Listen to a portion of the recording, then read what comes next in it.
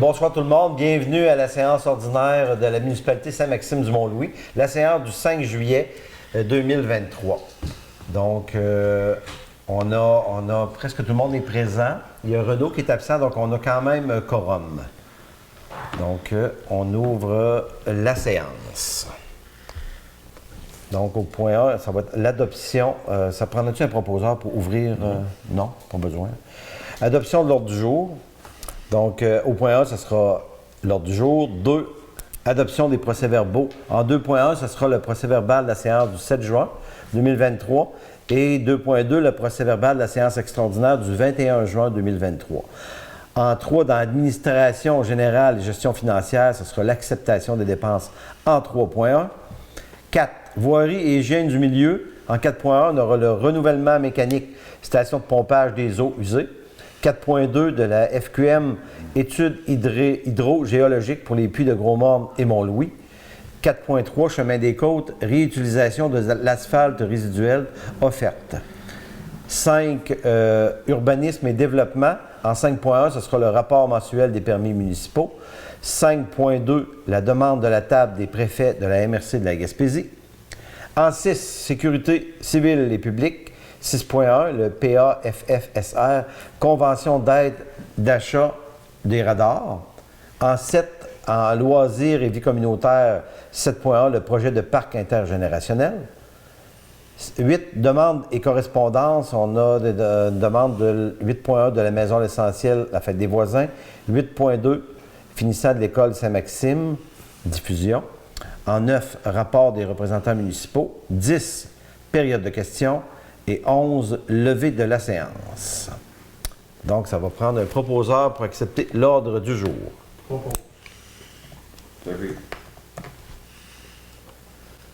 En 2, les procès-verbaux. Donc, l'adoption du procès-verbal de la séance ordinaire du 7 juin. Donc, en pré-séance, tout le monde a déclaré avoir pris connaissance et lu le procès-verbal de cette séance-là. Donc, ça va prendre un proposeur pour qu'il soit adopté tel que rédigé.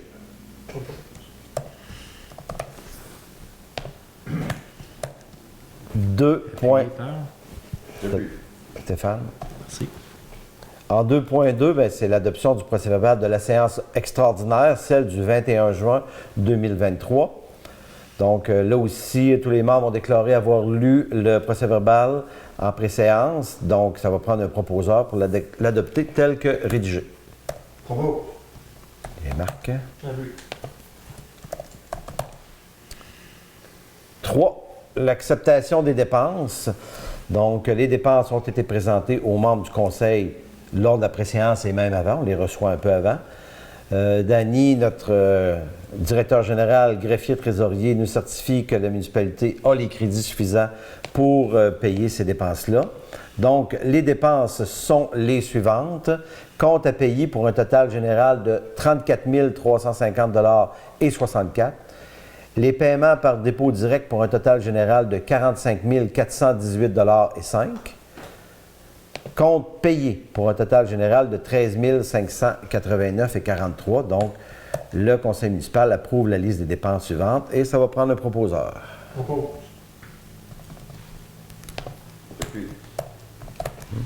En 4, voirie et hygiène du milieu. Renouvellement en 4.1, le renouvellement mécanique. Station de pompage des eaux usées. Donc, considérant que la deuxième pompe de la station de pompage numéro 3 est maintenant hors fonction et qu'une réparation coûteuse serait encore une source d'incertitude, considérant qu'en vertu du règlement 280-2018 sur la gestion contractuelle, la dépense au-dessus de 25 000 $, mais sous le seuil obligeant l'appel d'offres publiques, peut être engagée de gré à gré en favorisant, si possible, la rotation des fournisseurs potentiels, mais que seule la pompe Flight, fournie en exclusivité par Dicnor dans notre secteur, répond aux caractéristiques de qualité et de fonctionnement recherchées. Il est proposé que le Conseil propose d'autoriser l'achat d'une pompe de remplacement de marque Flight au montant de 27 293 et 8 sous avant taxe et d'en affecter la somme au fonds de renouvellement mécanique. Je vais prendre le proposeur. C'est Stéphane.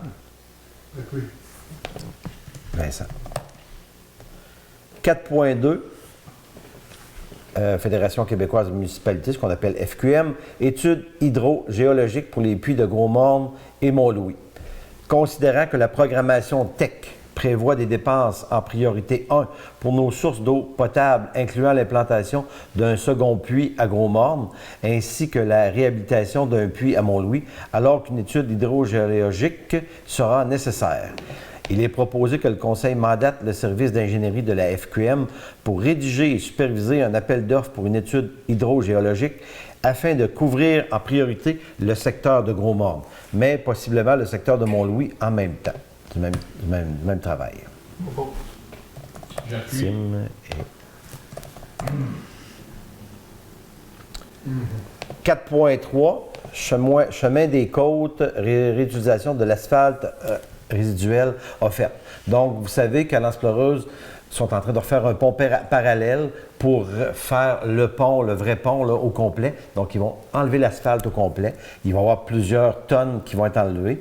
Et ça, il faut la replacer. Donc, on peut la replacer immédiatement sur nos routes. Donc, c'est de les replacer le plus proche possible.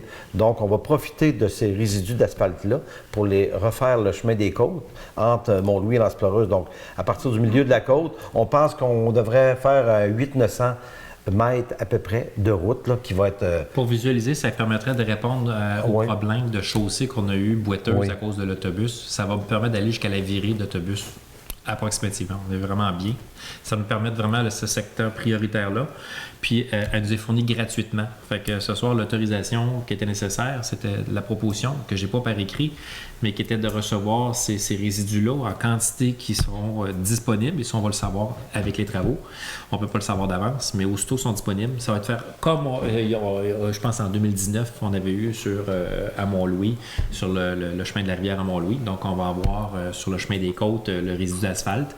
Et ça respecte les critères de l'environnement du régime transitoire. Donc, ça prend absolument un maximum d'un pied d'épaisseur, ce que ça Oui, va avoir. un pied. Il faut obligatoirement que ça soit compacté. Il faut que ça ait une granulométrie maximale faite par une entreprise, celle qui est autorisée à faire les travaux. Donc, c'est eux qui nous le fournissent. Eux autres, ils ont un avantage, ils nous le font gratuit. Donc, c'est pour ça que la résolution s'est autorisée de le mettre là, sur le chemin des côtes, sans frais pour la municipalité, là, comme ça a été proposé verbalement. Oui. Fait que c'est bien, ça va, que cette route-là va, en tout cas, ça va répondre à les problèmes qu'on a eus, puis probablement que ce sera des problèmes à venir aussi dans cette route-là. Et puis, donc, on avisera les citoyens parce qu'il y a des gens qui restent sur la rue des Côtes.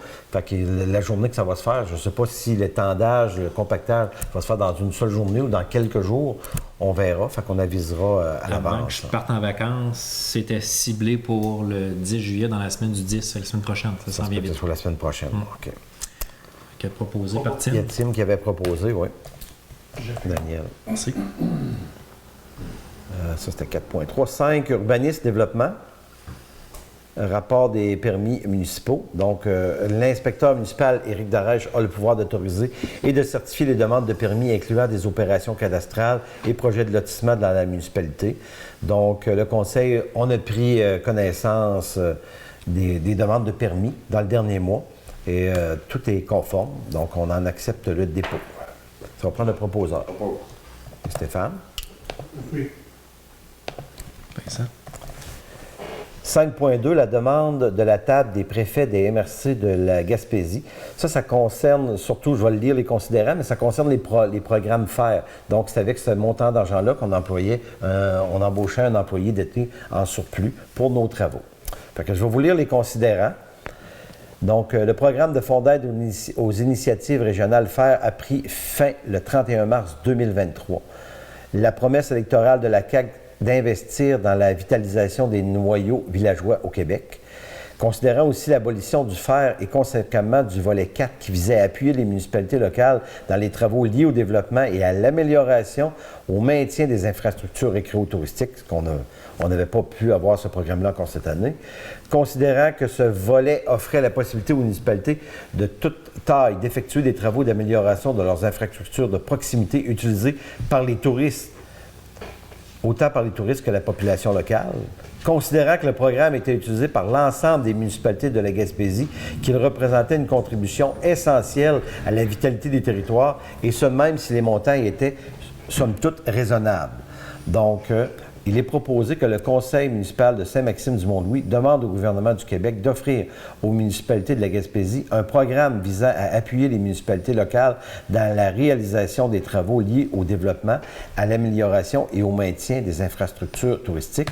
Et ça, c'est une demande de la table des préfets de la Gaspésie. Donc, probablement que j'imagine que toutes les municipalités vont adhérer puis vont se joindre à cette demande-là. Propos. M. Vincent. Daniel. 6. Sécurité civile, le PAFFSR, Convention d'aide et d'achat de radars. Donc, on avait fait une proposition. Donc, on avait un ensemble d'objets à acheter. Donc, entre autres, des radars, des pancartes. On veut améliorer de la signalisation. Il y a peut-être du peinturage d'asphalte pour des traverses aussi. Donc, ça coûtait un montant de 14 000 $.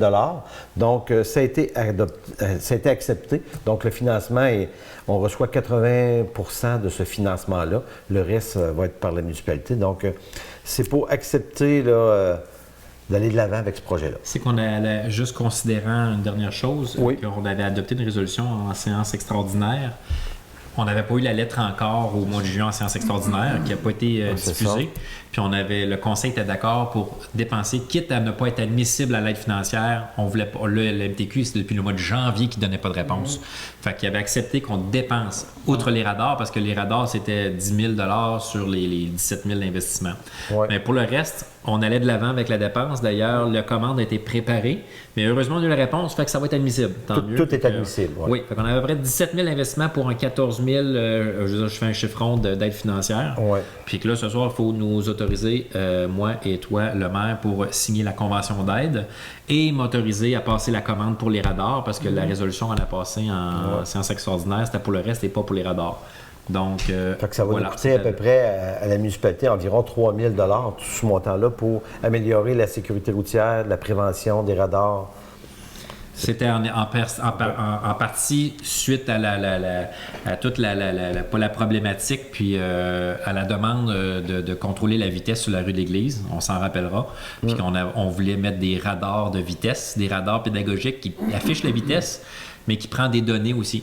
Qui prend des données d'heure et de vitesse à quelle heure ont été prises. C'est pas des photoradars avec des amendes là, de la police puis de la SAC. Là. C'est vraiment un photo. Mais ça va nous donner des données essentielles pour donner des profils de vitesse.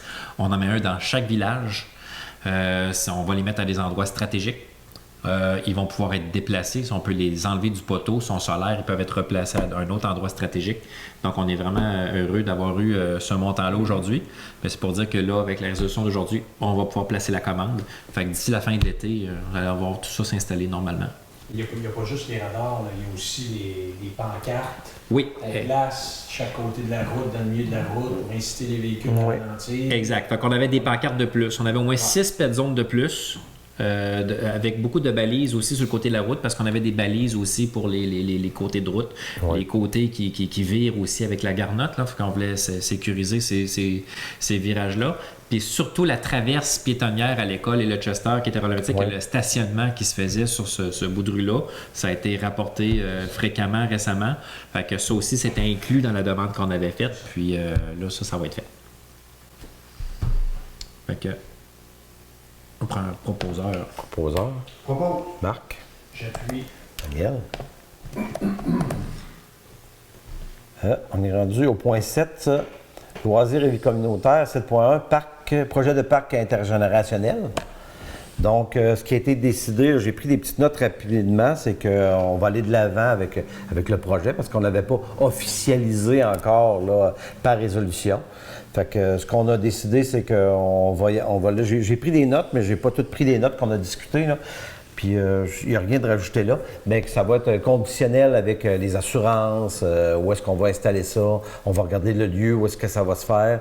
On va mettre des clauses là-dedans, donc probablement qu'à la prochaine rencontre, on pourra mettre, mettons, toutes nos clauses sur papier, là. Mais je vais juste te dire essentiellement, c'est ça qu'on a noté, que vous avez discuté, je vais te je les ai notés. C'est que ça va être une entente annuelle renouvelable automatiquement avec preuve d'assurance, donc ça va être sur place. Avoir une clause de relocalisation au gré de la municipalité, si jamais on décide, il y a un projet d'envergure qui se faisait qu'on devait déplacer à nos frais, on relocaliserait sur un autre terrain si c'était nécessaire. C'est vraiment un entreposage et le projet doit être réalisé cette année. Fait que nous autres, on s'attend que si on entrepose du stock, on veut que ça soit fait d'ici la fin de l'année, que ça ne reste pas là 2-3 ans pour réaliser. Puis là, c'est géré, entretenu par le levier des artisans, ouvert au public, puis c'est sans frais pour la municipalité. C'était bien ça. Fait que c'est ça, dans les grandes lignes, la résolution qu'on adopte, que le conseil s'est entendu adopter là. Est-ce que les lieux, c'est au même endroit? Oui, là, c'est toujours prévu en avant du centre Jules Drouin, entre la serre et le terrain de Balmol. Probablement que pour entreposer le stock, on parlait peut-être de l'entreposer pas en plein milieu à air ouverte tant que c'est pas réalisé, peut-être de l'autre côté du terrain de Balmol ou un autre lieu qu'on va indiquer.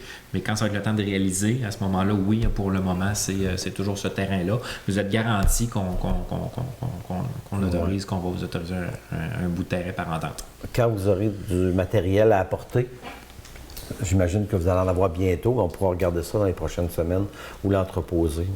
Puis on regardera aussi la portion du terrain qu'on va utiliser peut-être pour faire les montages de jeux. Pour le localiser sur l'entente aussi.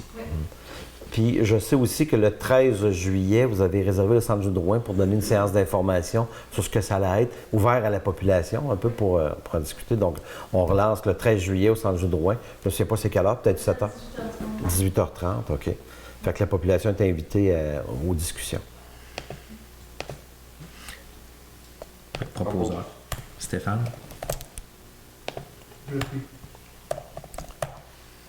Après ça, on va au point 8, les demandes et correspondances. Donc, on avait eu une demande de dons pour la fête des voisins à la maison L'Essentiel. La demande de don est arrivée après la séance. Donc, on était d'accord on va faire un don quand même, mais là, ce qu'on a su, c'est que la fête n'a pas eu lieu. Probablement qu'elle va être reportée.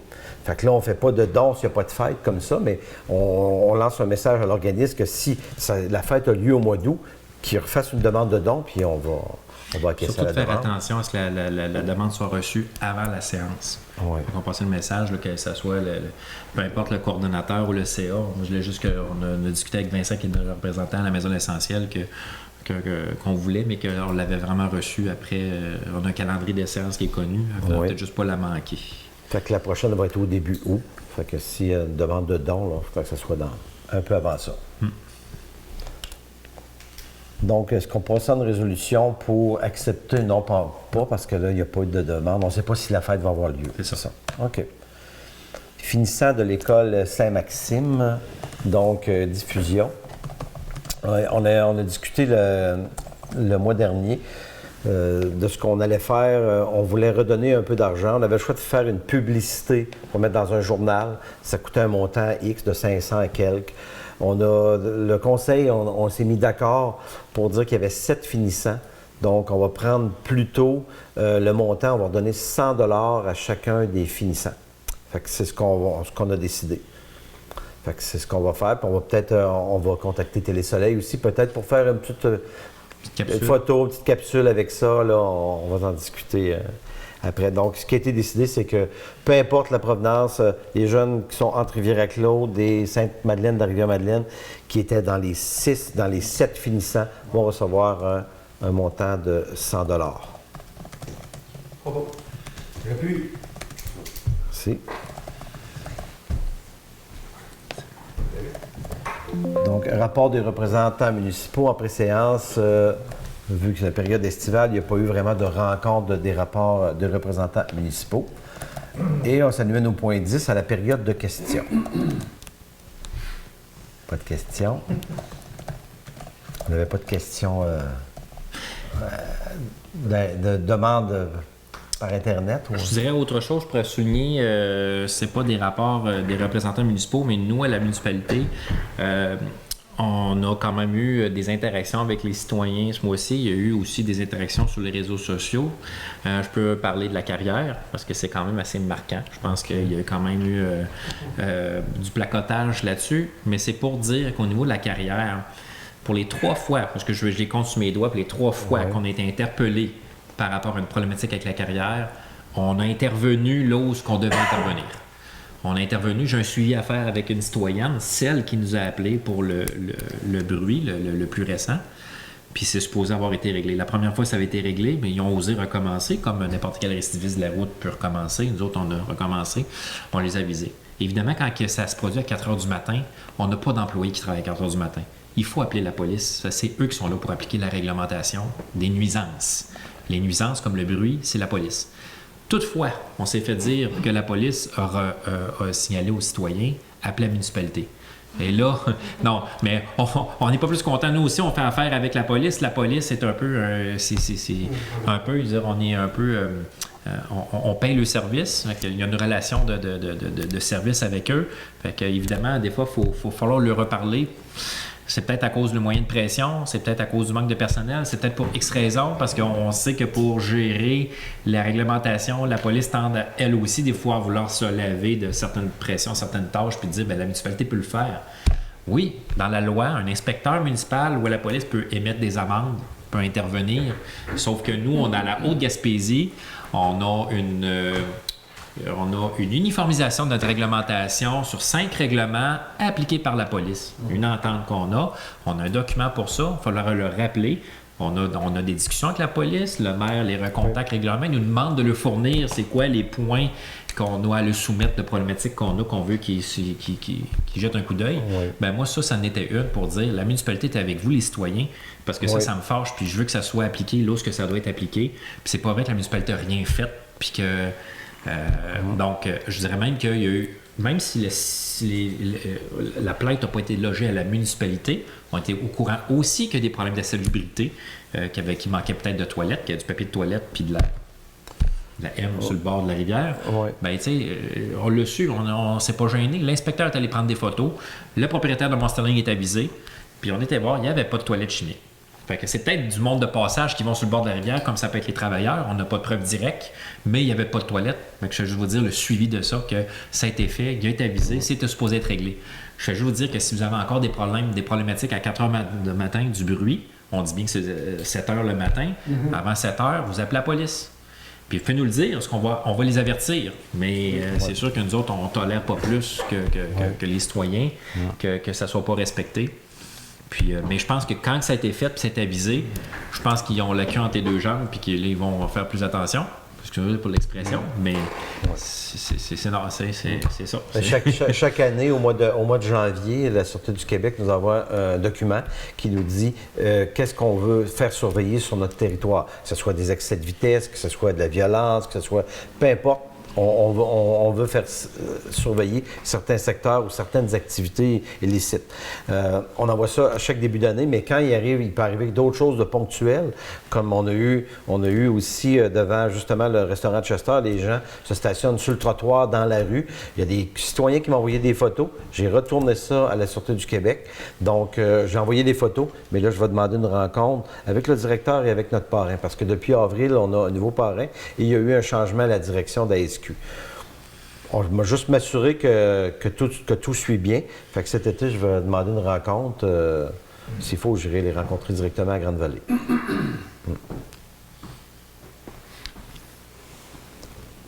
Ça va pour ça? Fait que le dernier point, fait que c'est le lever de la séance. Je passe la parole à Marc. La levée de la séance. Tu proposes? On propose la levée de la séance. Vincent, à l'appui. Donc, merci tout le monde. Bonne soirée et à la prochaine.